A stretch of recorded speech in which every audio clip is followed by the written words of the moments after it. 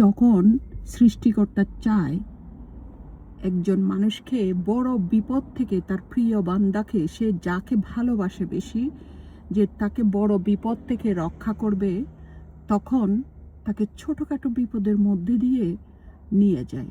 যেমন আমি সে বাংলাদেশ থেকে এই পর্যন্ত এখানে আমি দেখে আসছি সেটা, এবং আমি পরীক্ষিত। আমাকে যারা বিপদে ফেলতে চেয়েছে, আলটিমেটলি আমি অ্যাট দ্য এন্ড রিয়েলাইজেশন করছি, ও মাই গড, এটা না হলে তো এটা হতো, এটা না হলে তো এটা হতো, এটা না হলে তো আরও বেশি ভয়ঙ্কর বিপদ হতো, আরও বেশি সমস্যা হতো, আরও বেশি ক্ষতি হতো।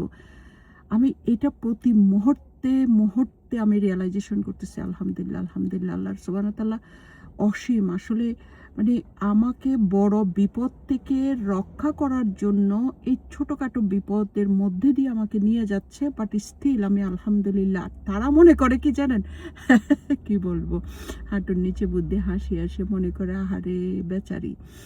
সে আমাকে একটা লেখা পাঠাইছে, আমি ওইটা নিয়ে কথা বলবো।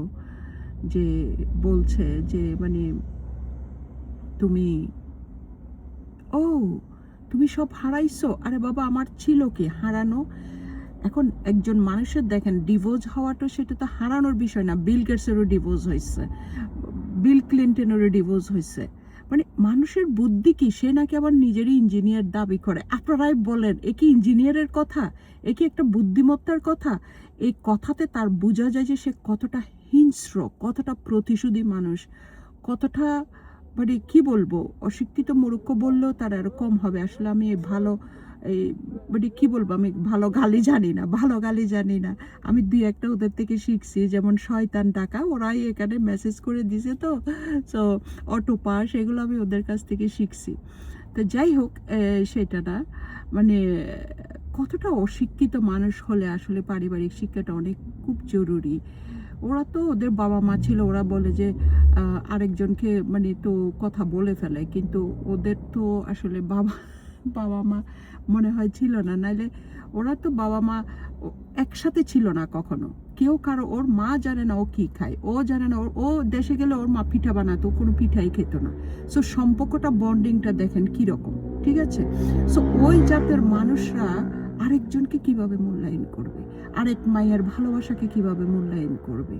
সো এগুলা পথে ঘাটের মানুষ, নানার বাড়িতে এখানে ওখানে মানুষ হওয়া মানুষ, এগুলা আর কি কতটুকু হবে? সো তার হিংস্রতা বোঝা যায় যে হারানো, ডিভোর্স হওয়াকে হারানো। সন্তান, আমার তো পুত্র সন্তান না রে ভাই, আমাকে মরে গেলে খাটিয়া ধরে কবরে নিয়ে যাবে। আমি তো পুত্র সন্তানের আশাও করিনি। আমার কন্যা সন্তান, আমার টুডে টুমোরো পরের ঘরে চলে যেতে হতো, তাদেরকে বিয়ে দিয়ে দিতে হতো।